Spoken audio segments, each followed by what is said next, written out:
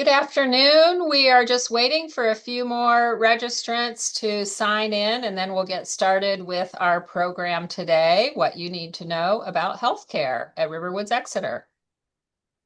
So we'll probably get started in about 1 minute.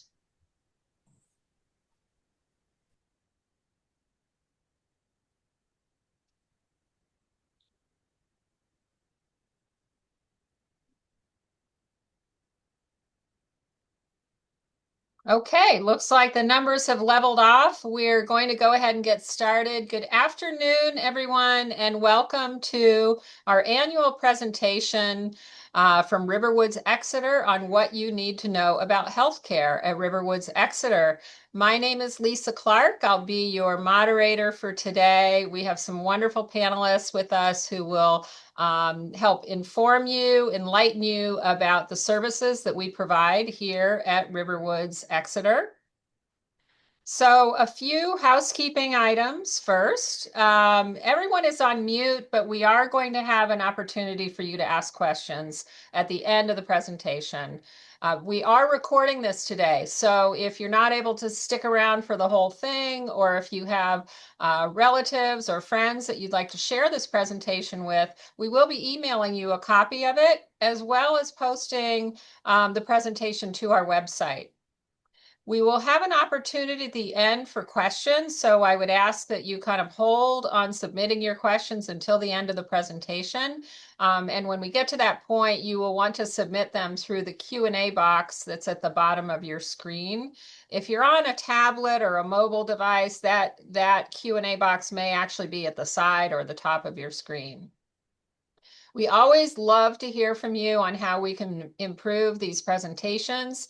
And if you have an idea of a topic that you think would be interesting for folks to hear about, please let us know, and we'd be happy to consider that for a future presentation. So today's agenda, we're going to be meeting our panelists of healthcare experts here at RiverWoods Exeter.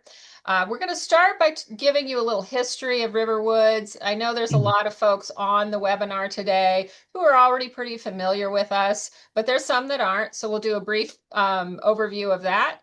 We'll talk about what healthcare really means. How do we define healthcare at a continuing care retirement community? We'll have someone speaking to our wellness clinics and the services that they provide to our independent residents. And then we'll talk about social services and what services we provide in that sphere. We'll talk about the whole continuum of care, assisted living and enhanced assisted living and respite care. We're going to also talk about quality of care at RiverWoods. And then at the end, we'll get to our Q&A session. So a little bit about RiverWoods and our background. RiverWoods was started by these two visionary women, Mariana Hatch and Rosemary Coffin, who started planning for this community in the early 1980s. Their vision was really to build a community where people could age in community, but also not have to worry about future healthcare needs. So they developed RiverWoods Exeter, which opened in 1994. And today we actually have 3 different communities throughout New Hampshire. The second one in Manchester, and the third one we opened just in 2019 in Durham. This topic today really focuses on the healthcare services provided at RiverWoods Exeter. So what does healthcare really mean at a continuing care retirement community? It's really a continuum of support so that you have care when or if you need it. Within our independent living residences, you will have access to our wellness clinic as well as to preventative services there. We provide respite care, so if you need temporary care, perhaps you have a bad case of the flu or something like that, you can get additional care. We also provide assisted living services here. So extra support for activities of daily living, such as bathing and dressing and medication management. And then we have a level of care called enhanced assisted living, which offers 24/7 nursing care for long-term support. It's important to note that our community, as do all CCRCs, have a regulatory compliance component to them. So we are regulated to meet both senior living and healthcare regulations. Michele is going to speak about that a little bit later in the presentation. And what's really important of all of this, the reason you would come to a community like RiverWoods Exeter, is really to have peace of mind, not only for you, but also for your family, so that there is one organization here at RiverWoods that's held accountable for your care journey. So a little bit about what is offered here at RiverWoods Exeter. First of all, the medical leadership. We have a medical director. His name is Brian Trazek. And he is actually contracted through a company known as Vantage Healthcare to oversee our enhanced assisted living residents. He collaborates closely with our wellness clinics, our directors of nursing, and with the quality department. When living at RiverWoods Exeter, we also provide transportation services. So whether you're in independent living or you're at some level of healthcare, we're able to support you with getting to medical appointments within a 25-mile range.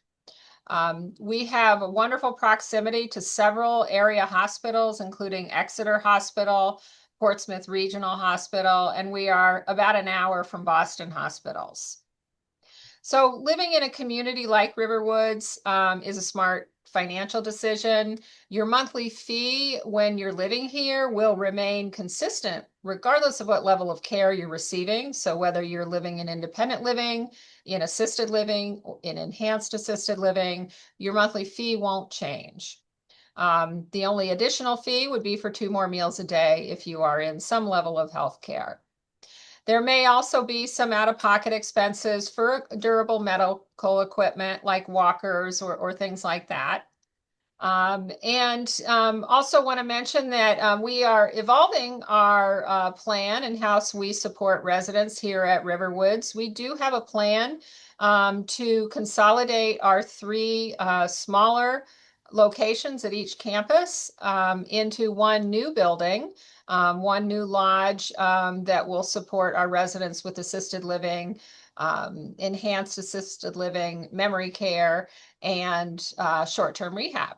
So the goal with this is to streamline our clinical operations and improve our care coordination and enhance our residents' access to our services.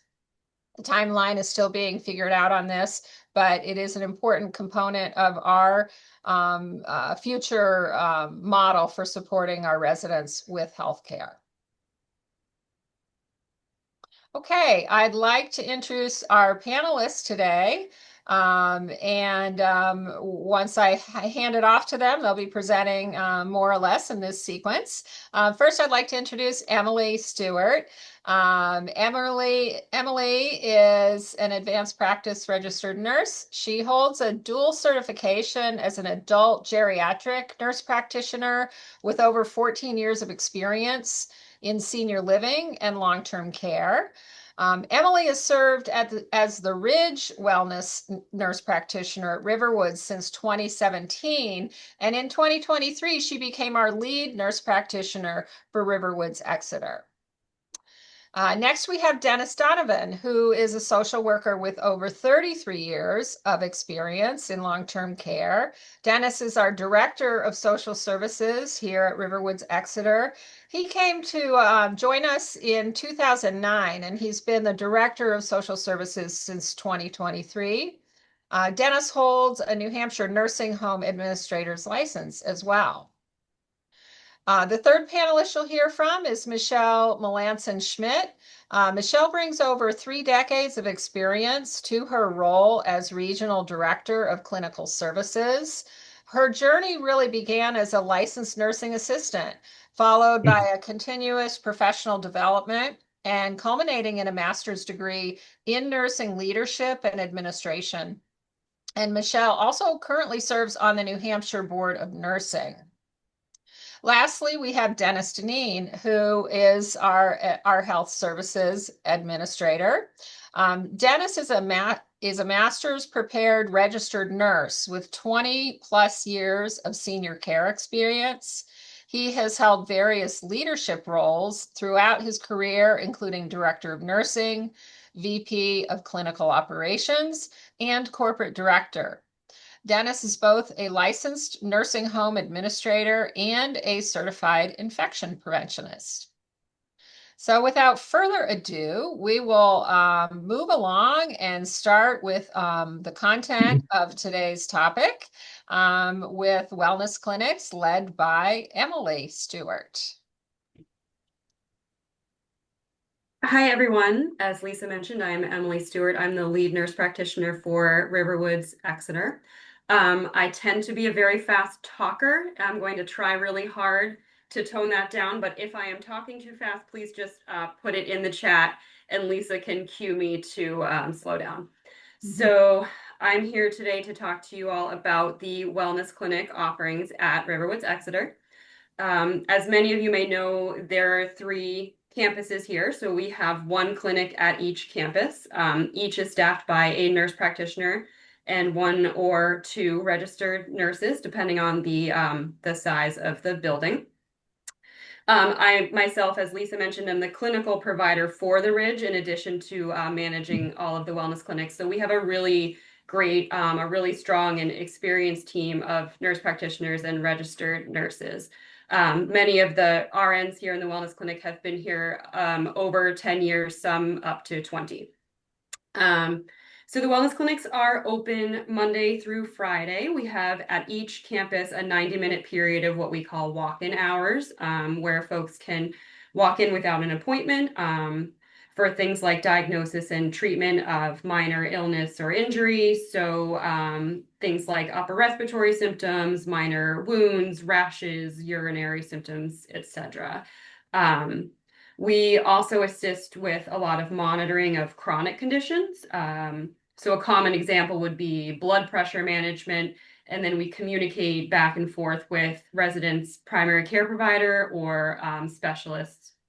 So often the primary care provider is Core Physicians based in Exeter. We have a really good relationship with them, so we do a lot of communication back and forth to help manage folks' chronic conditions and hopefully try to save them some trips over to Core if we can. We also work closely with many of the specialists over at Core Physicians, so cardiology, pulmonology, etc. Just to move on, let me see where my bullets are, sorry. Okay, so one of the primary roles that our RNs do here is assisting with medication management and with filling weekly medication planners, what we call Medi planners, for residents who either might not be able to manage their own medications and refills anymore, or perhaps they just don't want to. So what that looks like is the resident will have a standing appointment at the wellness clinic once a week to receive a week's worth of scheduled medications in a planner. Each week on their standing appointment day, they bring us the empty one from the previous week, and we switch it out for a full one. The nurses also then manage the refills at that point, which a lot of residents can find really helpful. We also provide a lot of assistance with transitions of care. So that's when somebody's starting to need more assistance than is available in independent living. They might be considering a permanent transition to assisted living or enhanced assisted living level of care.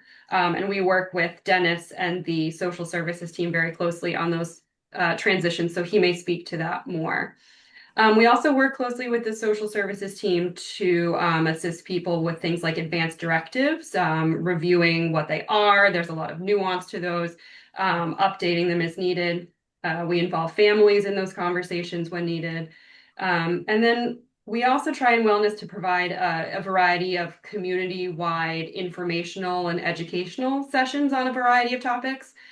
So we've started what we're calling a brain health series with monthly sessions about the various factors that influence brain health. We do a recurring presentation in collaboration with social services on transitions through the levels of care. And we do some quarterly healthcare chats that are more of a Q&A format for whatever the sort of hot clinical topic of that time is. Um, we also bring in a number of contractors to provide some additional services at Riverwoods that Lisa mentioned. So we have monthly dermatology, audiology, and foot care clinics that are all outside contractors but can be scheduled through the wellness clinics. Finally, we have a home care program. So for folks who might need to have a little bit of extra assistance in their apartment, but they don't necessarily need a full-time higher level of care, we do have a licensed home health program. It's a fee-for-service program.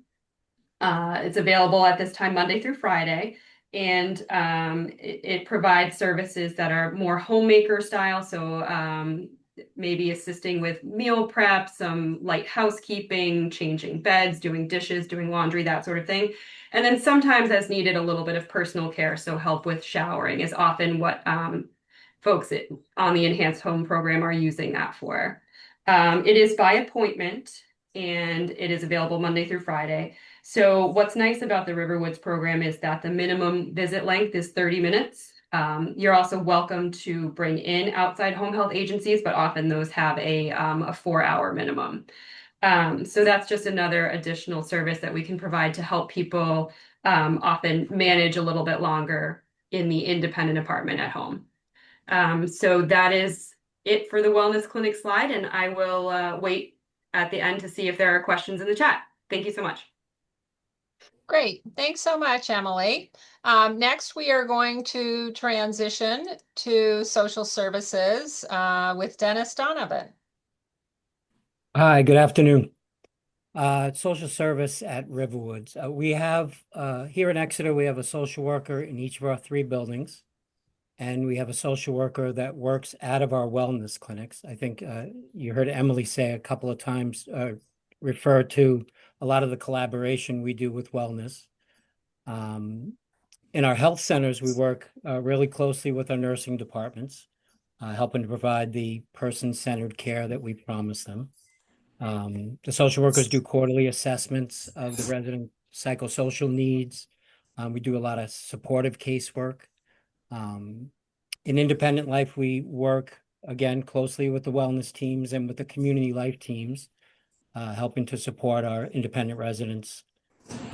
We run a number of support groups. We do caregiver support groups. We run a Parkinson's support group, a grief and loss support group. We run a chronic condition support group with our nurse practitioners. We offer bereavement support. And we have a licensed clinical social worker who's able to provide brief individual and couples counseling. Also with the wellness clinics and community life, we work closely with our residents and their families on those transitions that Emily mentioned between levels of care. And those transitions are really the primary focus of our wellness social worker. And lastly, we work closely with the different hospice organizations, mental health organizations, and the area hospitals, including the Boston hospitals. We advocate for our residents, assisting with that discharge planning that they're doing, working to help bring our residents back to here in Exeter, where they live or in one of our health centers, and making sure that they have the care and support that they need. So that's it for social service. I look forward to any questions you might have at the end. Great, thanks, Dennis. And just to reiterate, we will have a Q&A session at the end. So we'd ask that you hold off on questions until then. But when you're ready to submit them, you would submit them through the Q&A box at the bottom of your screens. Next, we will transition to the continuum of wellness. I believe this is Dennis, right? Yes, Okay. it is. Hi, good afternoon, everyone. Sorry about that. That's okay. Good afternoon. So what I'm going to do is talk with you a little bit about the options that you have here at RiverWoods Exeter for the wellness continuum. We have assisted living here at Exeter, and what that consists of are 1-bedroom apartments where we have 24/7 licensed nurse availability. for residents that are residing in those apartments. And we offer services that can include help with bathing, dressing, medication management. We are also able to do transportation as well as appointment assistance for residents who need to go out to medical appointments. And generally, this is geared towards those who can continue to walk or self-propel independently throughout the community with minor supervision. And this is geared as well towards individuals who can communicate their need for assistance. So plainly speaking, what that means is that a person is safe behind a closed door. So when in the apartment behind a closed door, they're safe and know how to call for help if they need help. Next slide, Lisa. Thank you. Enhanced assisted living is an added benefit as well. What enhanced assisted living does is it provides comprehensive nursing care to a resident who needs it. These services include assistance with any or all activities of daily living, and also may include need for assistance with feeding, bathing, dressing, persons who might need a mechanical lift to get in and out of bed, and so forth. We have an increased staff to resident ratio in our lodge for enhanced assisted living, and they are able to provide frequent rounding, which ensures that all residents are being tended to and are safe. This is geared towards residents who need assistance with mobility and transfers, and residents who may no longer be able to communicate their needs effectively and are not considered to be safe behind a closed door. We also offer what's called skilled nursing or rehab. Skilled nursing is located at our Suncook Lodge at the Ridge campus. It is overseen by the Department of Health and Human Services and also the Centers for Medicaid and Medicare Services. We have the same staff to resident ratios in staffing for as we do in enhanced assisted living. And this includes RNs, LPNs, medication nursing assistants, and licensed nursing assistants. Availability of traditional long-term care for the residents is also available there at the Ridge, which would be considered our enhanced assisted living. Skilled nursing is generally geared towards those residents who may have had a qualifying hospital stay and require rehabilitation after that hospital stay in a post-acute care setting. Skilled nursing is a covered benefit by Medicare Part A. It is available after a 3-night qualifying stay in the hospital. You're getting the same level of care as you would receive in our enhanced assisted living, and available physical, occupational, and speech therapy as well is there for you. We also offer the ability for what's called a respite stay. A respite stay is a short-term stay that occurs in assisted living, enhanced assisted living, or skilled nursing, depending upon what the resident's needs are. Here we provide care and supervision with the same access to services and activities as any of our long-term care residents. Generally speaking, a respite stay is usually 30 days or less, with a plan to transition back to a different level of care, ideally transitioning back to your prior level of care if possible. This is intended for residents who are returning from a hospital stay who do not have a Medicare A benefit in place or did not have a qualifying Medicare stay, meaning those 3 overnights. It's also available to assisted living residents who need additional support, and available to residents living in independent living who need some additional support or some caregiver respite for spouse. Great. Thanks so much, Dennis. And next, we will wrap it up with quality of care with Michele.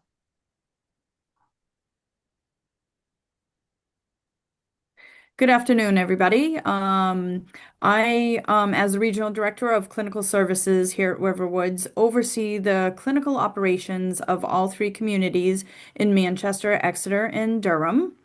Quality of care is of utmost importance here at RiverWoods, and achieving optimal clinical outcomes and providing individuals with desired services and amenities is our top goal. I work collaboratively with the Director of Healthcare Services in all three communities to support the clinical practice, and I am in the buildings performing on-site audits and education and awareness to both staff and residents in those buildings. And as Dennis had mentioned earlier, the quality team is strongly driven by ensuring that regulatory compliance is attained.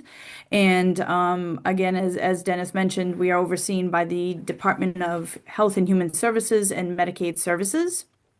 The vision of the quality team is to make sure that all individuals, regardless of clinical needs, have access to a diverse range of resources. And our care is resident focused to make sure that we are meeting the needs and reflecting the individual needs of each individual. So it is a very resident focused level of care and ensuring that all the needs are met. We are currently exploring options of telehealth services, which will provide after-hour provider coverage. And that would allow individuals to speak with providers regarding an acute illness and receive care and treatment. And that service would be available on a 24-hour day, 7-day-a-week basis. So we're always looking forward to advancing the availability of services based off of resident surveys and satisfactions, and trying to meet the needs of all the residents in all three communities. And I look forward to any questions after. Great. Thank you, Michele. So we have purposely kept these presentations relatively brief, and so that we could allow plenty of time to answer your questions. So before we move into Q&A mode, I just want to tell you about a couple other services that RiverWoods has recently launched to support either people who are on our wait list, or people who may not even be looking at RiverWoods but need some support at home. So the first service I want to talk about is called NaviGuide. And this is a service, it's a subscription service, so monthly service fee for older adults and their caregivers.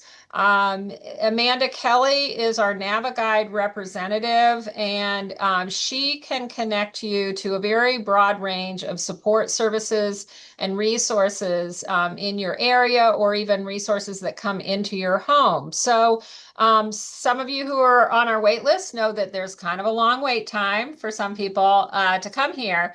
So you may find that you need some support in your home, or you may have friends or relatives that need some support. Amanda can help connect you with some of those resources until such time you're able to move into the RiverWoods community.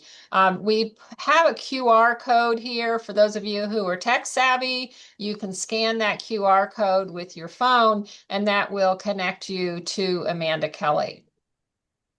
The second service that I'd like to talk about is called Dementia Hub. So this is a new service that's intended to support people who are living at home with dementia. We actually have a webinar coming up on October 28th. During which we're going to talk about Dementia Hub and really the services that are provided by that. So I'm not going to go into depth right now about that, but I wanted to make you all aware of this webinar on the 28th. You can scan the QR code here with your phone and register for that event, or you can go to our website and register there on our events page. You'll find the registration information there, but that's Tuesday, October 28th at 1 o'clock.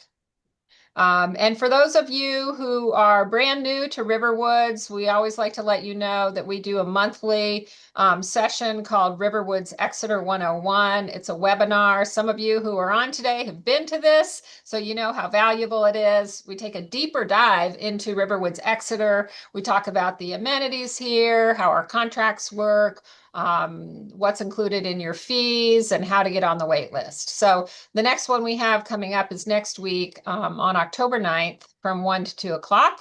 And again, you can scan the QR code to register, or you can go to our website. So we are going to transition now to questions.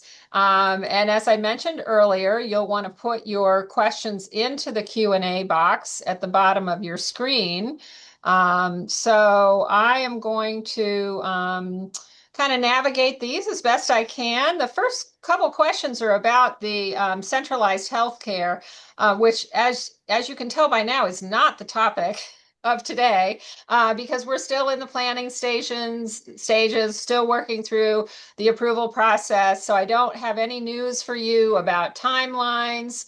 The services we offer will continue to be as they are today, actually with an enhancement, because we're going to have a dedicated section of the healthcare lodge for residents living with dementia. So that'll actually be an enhanced service that we offer as a dedicated dementia care residences. And the number of apartments that we have will be comparable to what we're offering today, more or less. We have a question about when the new facility is complete, will the wellness clinics relocate to that space? Emily, would you like to answer that? My understanding is that the wellness clinics will remain in each of the independent buildings. Correct. Yep. Yeah, because those wellness clinics do serve the independent residents, we want to make sure that that is still conveniently located for residents in the three respective campuses. We have a question about, do we provide physical therapy or coordinate physical therapy? Who would like to answer that? I can answer that if you'd like. So this is Dennis Deneen. Yes, we do have the availability of physical therapy, occupational therapy, and speech therapy within each of the campuses. We have on-site therapy staff from all three disciplines working for our organization. We recently have partnered with a national therapy provider called Health Pro Heritage. And all of our in-house therapists now are employed by them and are continuing to provide the therapy that our residents are used to receiving with the same faces. So we do have that ability to be able to coordinate those services for residents here at RiverWoods, both on an inpatient and outpatient basis. Great. Thanks, Dennis. Dennis, the next question, if you could answer too, do we provide acupuncture? I believe that we can help refer people for acupuncture, but I don't believe we have it in-house. Certainly not in the lodges. Great. We have a question about, can we on the wait list take advantage of any of the services in this webinar, particularly help with forms such as advanced directive? It's my understanding that is not a service that we are currently offering outside of our resident population.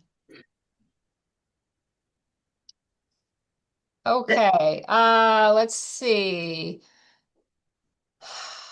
Okay, now that the government has eliminated the minimum staffing levels in nursing homes, can you discuss what RiverWoods considers an acceptable staffing type or ratio to residents? And will the overnight RN be eliminated? How many CNAs do you use or anticipate using? That's a lot of questions, but I'm guessing maybe Dennis, you would be. Sure. Okay. So let me first clarify that the minimum staffing levels in nursing homes, that standard has not been relinquished yet by CMS. So we still follow those regulations. So the regulations required in assisted living are that we have or skilled nursing rather, is that we have a registered nurse on duty 8 hours per day, 7 days a week. Additionally, we are required to have a licensed nurse, which could be either a registered nurse or a licensed practical nurse on duty 24 hours per day. So those are the staffing requirements that we adhere to. We adhere to those requirements both on our skilled nursing unit as well as our assisted living and enhanced assisted living units. So we do have licensed nurse coverage 24 hours a day, 7 days a week in our lodges for both assisted living and enhanced assisted living. And as I said, they can be a combination of a registered nurse or a licensed practical nurse, but we do maintain the 8 hours per day of registered nurse. All of our directors of health services that work at RiverWoods are registered nurses. Most are all bachelor's prepared nurses, and they are here 40 plus hours every week, managing their lodges. The other part of this question is about staffing ratios. I would say that we maintain a high staffing ratio because we utilize so many different types of nursing staff. Between the licensed nurses, medication nursing assistants who are able to assist with medication management, and then LNAs or licensed nursing assistants, aka a CNA. We have all of those on duty. At this time, we do utilize some agency staffing for supplemental staffing.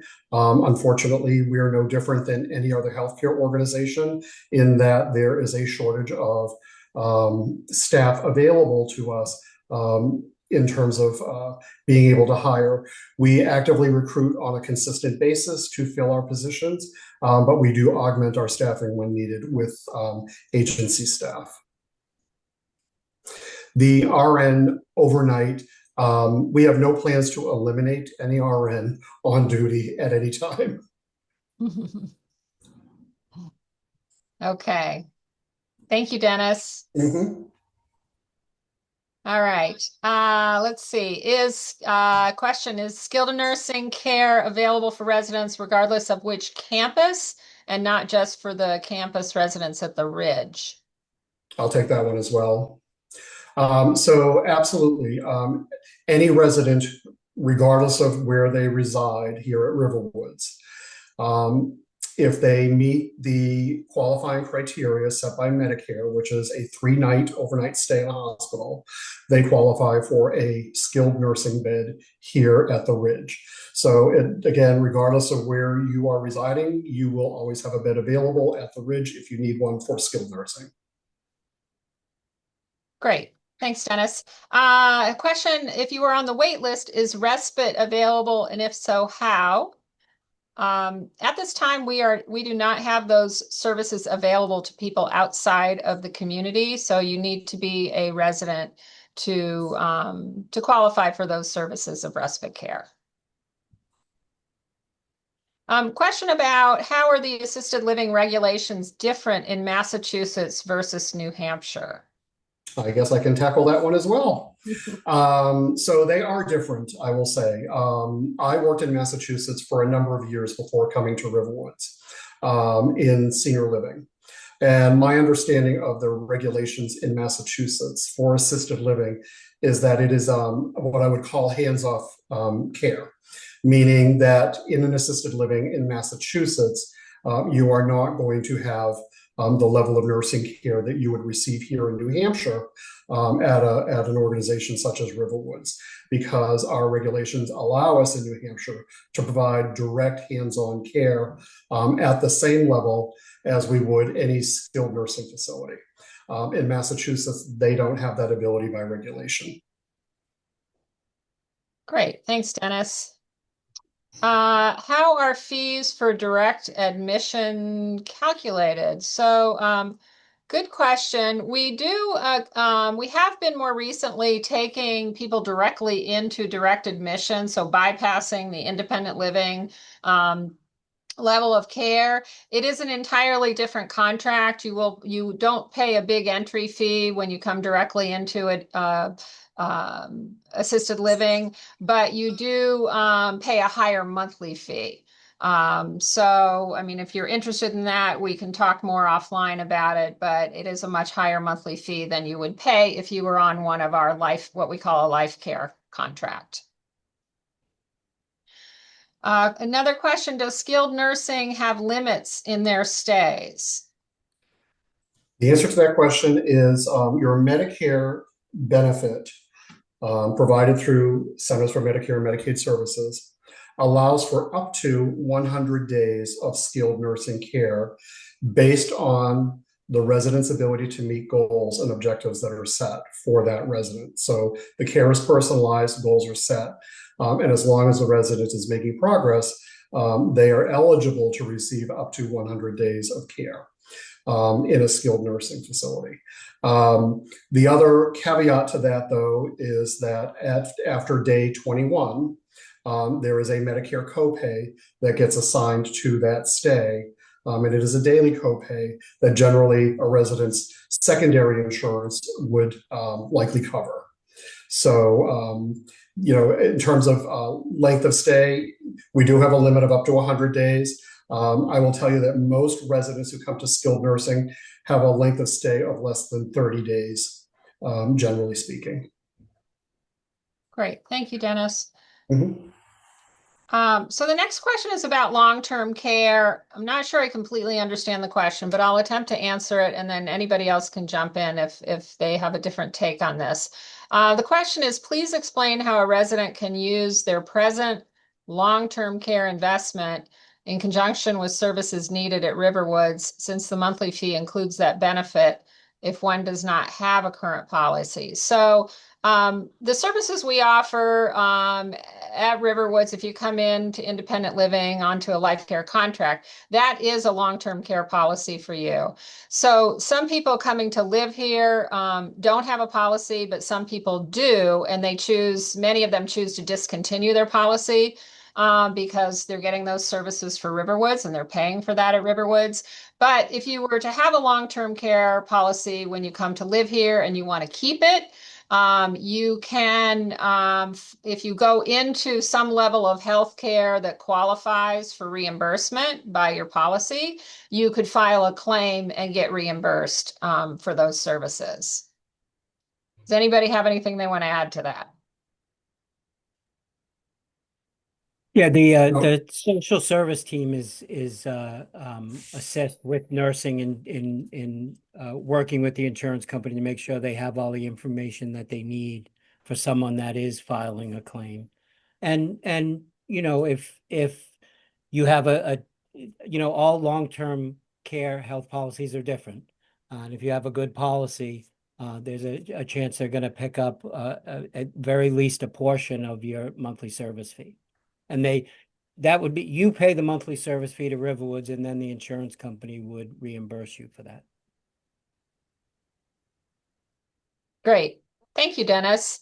We do have someone on staff here who can review your policy with you when you move into RiverWoods to help you make a determination in terms of what the benefits would be of retaining that.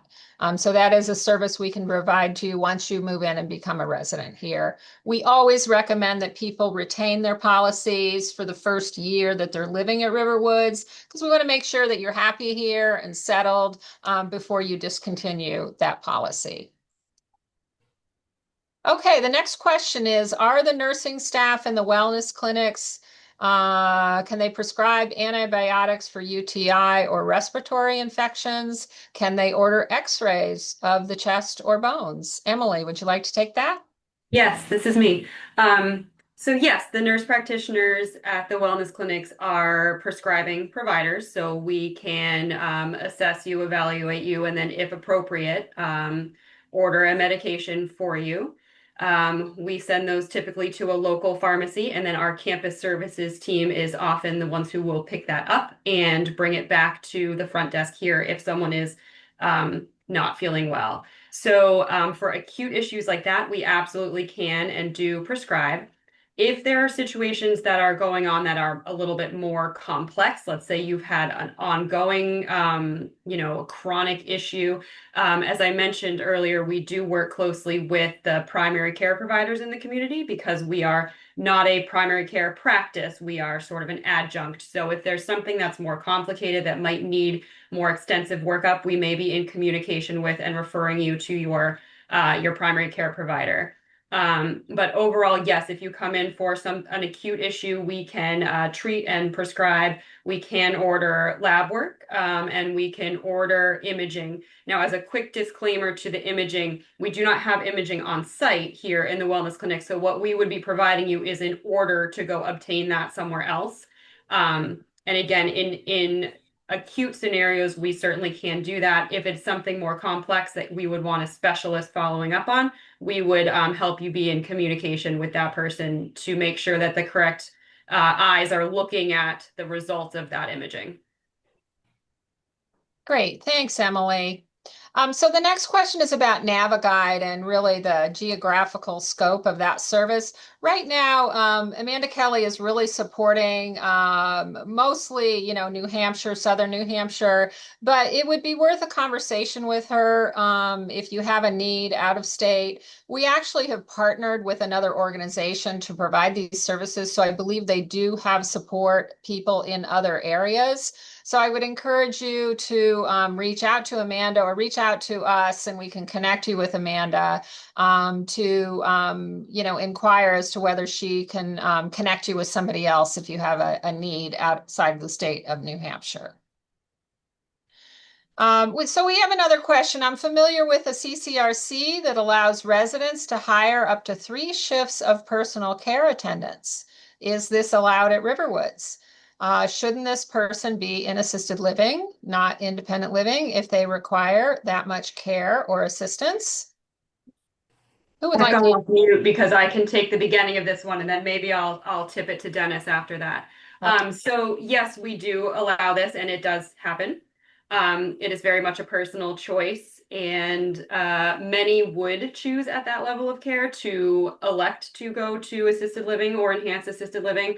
But it does remain an option to bring in your own personal care as long as you remain safe in that independent apartment. So it's really all about safety and making sure that the services that are being brought in are appropriate for the person. Great. Emily, I think you covered that very well. And Thank you. the second part of the question is should this person be in assisted living and not independent? I really think that that's the decision that has to be made between the care team with that resident. So it's hard to sit back and answer that question now to say yes, they should or no, they shouldn't without the care team's involvement. But ideally, we have those services available. And if that's what the team decides is appropriate for the resident and the resident agrees to it, then we would certainly be able to provide that level of care. Great. And these are the kind of things that we talk about when Emily and I are meeting with independent residents and talking about changing needs and what that means and what their wishes are. If someone wants to stay in their independent apartment longer, what are some of the things that we can help provide, and what are some of the things that they can hire out for services to come in. So those kind of things come up in those conversations all the time. Great. Thank you. Next question. Is there an MD available 24/7 for consult if needed? So I can again speak to this from the independent side and then tip it to Dennis for the healthcare side. So in independent living, we do require that residents maintain their own primary care provider in the community because we are, as the wellness clinics, not a 24/7 practice. We're not a primary care practice, and we don't have on-call physicians. So the nurse practitioners in the wellness clinics, we have essentially hung our own shingle. We do not have a medical director in independent living. So all of the folks are required to have their own primary care provider in the community because they will have an on-call MD. So what we would advise you to do is to, in those off hours, have you call your primary care line and speak to the on-call doctor from your own practice. And then Dennis, I'll have you speak to the healthcare part. Sure. So within the healthcare center, we do have 24-hour a day, 7-day a week medical coverage. That coverage could be a combination of either a physician and or nurse practitioner from that physician group. But somebody is always available on the other end of the phone to answer a phone call from a nurse who's calling to report anything about a resident. Great. Thank you both. Next question. If not in the hospital for 3 days, what service do you provide for post-op assistance? So within healthcare, again, we have the availability of, depending upon what the needs are, the enhanced assisted living, which would provide you that skilled level of care after a hospital stay, whether it's a qualifying stay or not, to get you rehabilitated and back up to your prior level of function, hopefully. Great. Next question. What support do hard of hearing residents have? Is there any support for totally deaf people?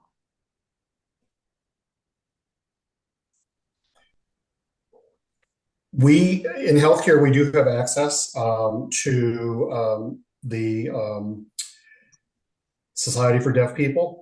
And we also have the ability to use what's called the language line for any type of translation.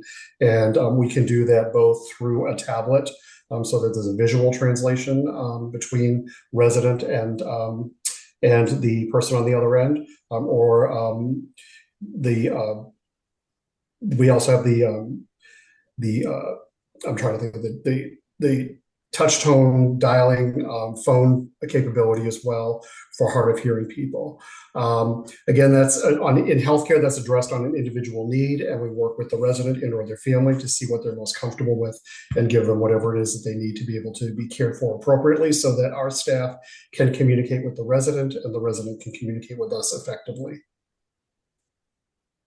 Great. I'll also mention that in our dining rooms, we do have tables that have hearing loops installed, which is a type of technology that will enhance the sound for the hard of hearing. Related question, could these sessions include closed caption, especially the Q&A? Great question. We don't have that ability just now, but I think we do have the ability. Well, Margot, we'll have to get back to you on that. I was going to say we have the ability to give you the Q&A, but not the answers, only the questions. So appreciate that question, and that gives us something to work on for the future. The next question is, when you move in, who do you talk about getting all new doctors? Emily, would you like to take that? Yes, you talk to me, or my colleagues at the other wellness clinics. So when someone first moves in, within the first few weeks of moving in, we will meet with you and do an orientation to the wellness clinic. One of the components of that orientation is who your primary care provider is, and helping give you some recommendations for a new one if you're moving from somewhere outside of the local area. Great. Next question. Do you provide coordination of care agencies, or does the resident need to coordinate any hired agencies that they bring on site?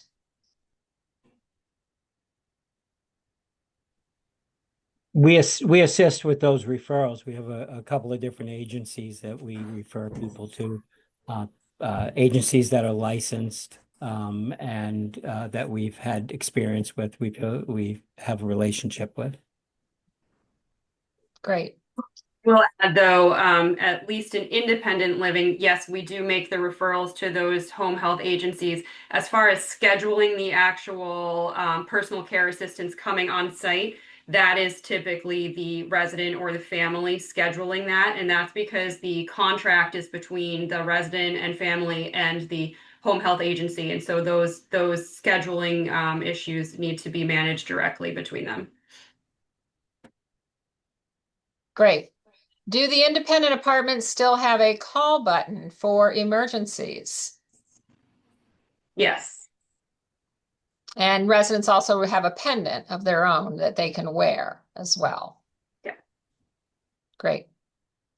Question, what's the average age of RiverWoods residents in independent living and assisted living? How many are now in assisted living? Well, I can answer part of this question. The average age in independent living is 84. I don't know what it is in assisted living, and I'm not sure anybody else on the call or on the webinar can answer that. And I'm not sure how many we have in assisted living either. Dennis, can you answer that? I can tell you that today we have 106 residents residing in assisted living. Okay, great. Last question. Regarding transitions, does this generally require physical movement from one apartment to another?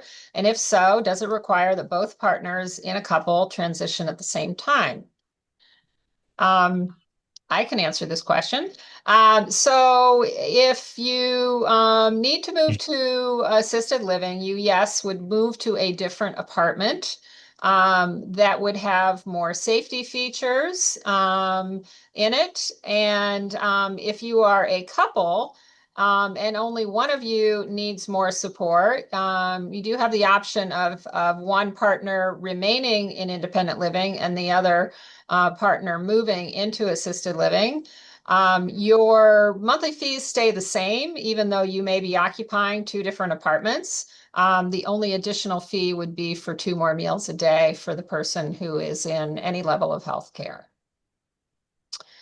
So I think that exhausts our questions. Really great slate of questions, and appreciate all the expertise that our panelists have provided today.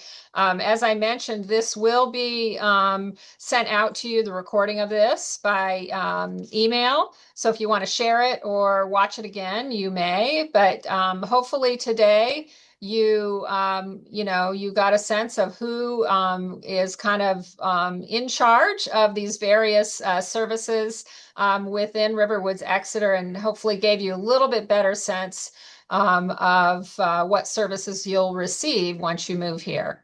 So thanks so much to Dennis, Emily, Michele, and Dennis for your time today. And thank you all for tuning in, and hope you'll be joining us at a future webinar. Have a great day, everybody.